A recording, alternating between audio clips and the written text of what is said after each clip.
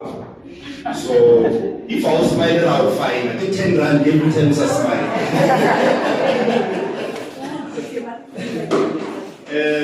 Before the I was sitting down, then probably comes sense with Christ. So I'm not going to have a long story because they're already married. So leha wena it's more expected of the story that person will happen. You go late. So I'm not gonna sit here because for 30 minutes trying to tell them and giving them advice on marriage when they've already been married again. This is just a mere reminder of what love is and what marriage is and what marriage is not. So the first thing is it talks about kindness. Love needs to be kind. And unfortunately, the world is not kind. People are not nice out there. And when you're married, that's where you need to find kindness.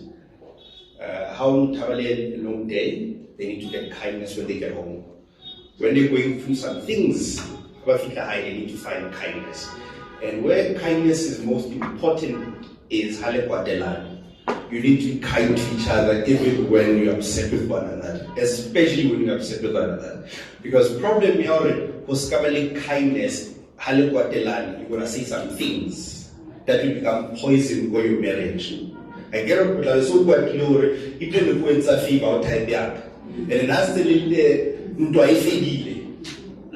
those words still linger again, they become poison. So we need to be kind in all circumstances because it's you against the world, not against each other. The other part, it keeps no record of wrongdoing. This one is not for you, Mr. Matlamen. Matlamen, Oscar Halibali issue, 2010. We move forward. What happened in the past, happened in the past. Let's not go back to the past every time about our hopes and keep score. Or no, we're not in 1992. It doesn't work like that. We move on from things. Love never gives up, never loses faith. So ultimately, you don't lose faith with one another. Never lose faith with one another. You always keep hope with your relationship and what you've already done, what you've built. That is something that you fight for, nothing more, nothing less. You fight for the love that you have and everything that you build together, that's yours, you fight for it. No one's going to fight for your things, you fight for them. Don't sit there and watch people come and take them, you fight for them. Basically, what love is, it's one of there's three components. One is the seed. So you always have to plant the seed. Every day you plant a new seed for your relationship so that things don't become stable. Again, you tried everything again. No, it's all sorts of stuff, very dating because you wanted to do some things again. So even now, you continue to plant seeds. Again, the second aspect is you need to water your garden. Otherwise, things are not going to grow. So you work on your relationship daily to make it better. Thirdly, kill the snakes. When snakes come into your garden, you kill them, you don't keep them as pets because they'll bite you. I'm sure you're intelligent enough, you understand what I mean. So, love is not an emotion or a nice feeling. The feeling is byproducts of love. Love is a decision. Love is a decision that you make. It's not about a contract signing or maspark. It's a decision that the both of you have taken together, like, no way, we're going to do this life together. So you must remember that part. In marriage, I think it's important that we must embrace each other's imperfections. No one is perfect. Really, two are perfect. Embrace what you're not perfect. And be kind and be forgiving. If there's one important ingredient of any marriage is forgiveness. Anyone that cannot forgive is not ready for marriage. Marriage, the two people that forgive each other daily, that's it. Nothing more, nothing less. It's important to remember that. And you do this life as a team. You're not competing with one another. How you want to succeed that both of you are succeeding. When one loses, you both lose. So you work as a team and you'll be fine. But as soon as one analyze high agenda, agenda high, you're gonna have problems. I think we can go to the vows, Sarah, and I shall have my phone. I'm sure.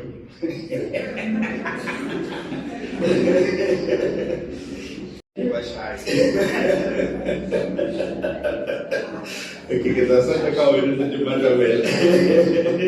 But that repeat after again. I, Ifrahim Matrimonial, take you, Hani Matala, to be my wedded wife, to have and to hold, from this day forward, for better, for worse, for richer, for poor, in sickness and in health, to love and cherish, until death do us part. Yes.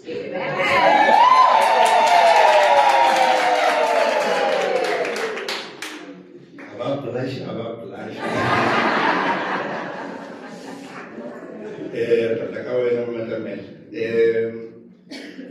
I, Hani Matala, take thee, Ephraim Matamela,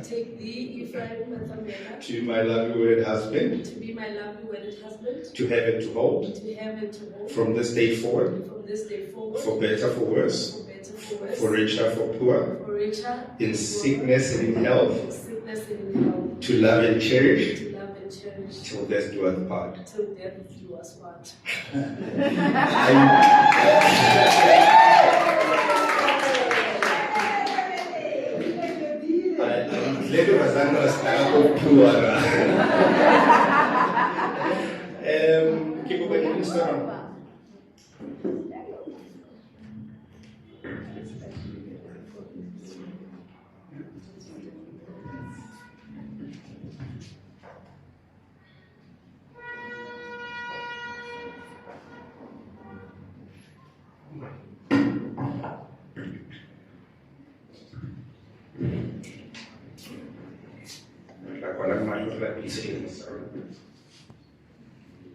As these rings are exchanged today, we ask for your blessing upon them. May they serve as a constant reminder of love and commitment shared between this couple.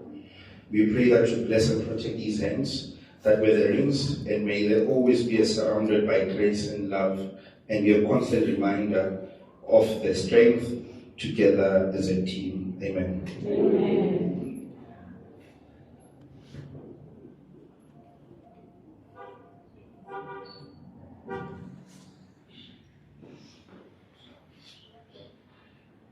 Okay, now repeat after me.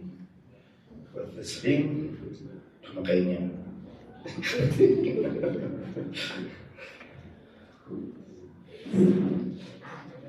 Yeah, with this ring, I be wed.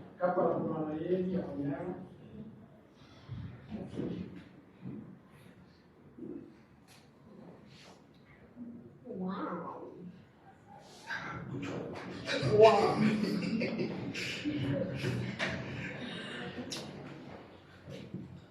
Repeat the same words. With this ring, I be wed. everywhere.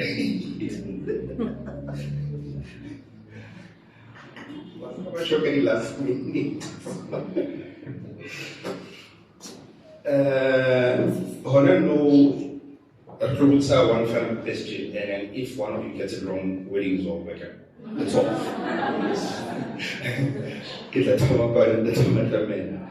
Do you, Ephraim Matlamela, take Hani Matala to your lovely wedded wife?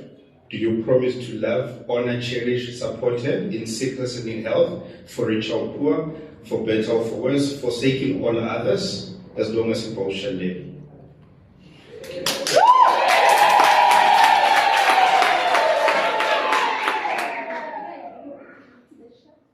And do you, Hani Matala, take Ephraim Matlamela to your lovely wedded husband? Do you promise to love, honor, cherish, and support him in sickness and in health, for rich or poor, for better or worse, forsaking all others, as long as you both shall live?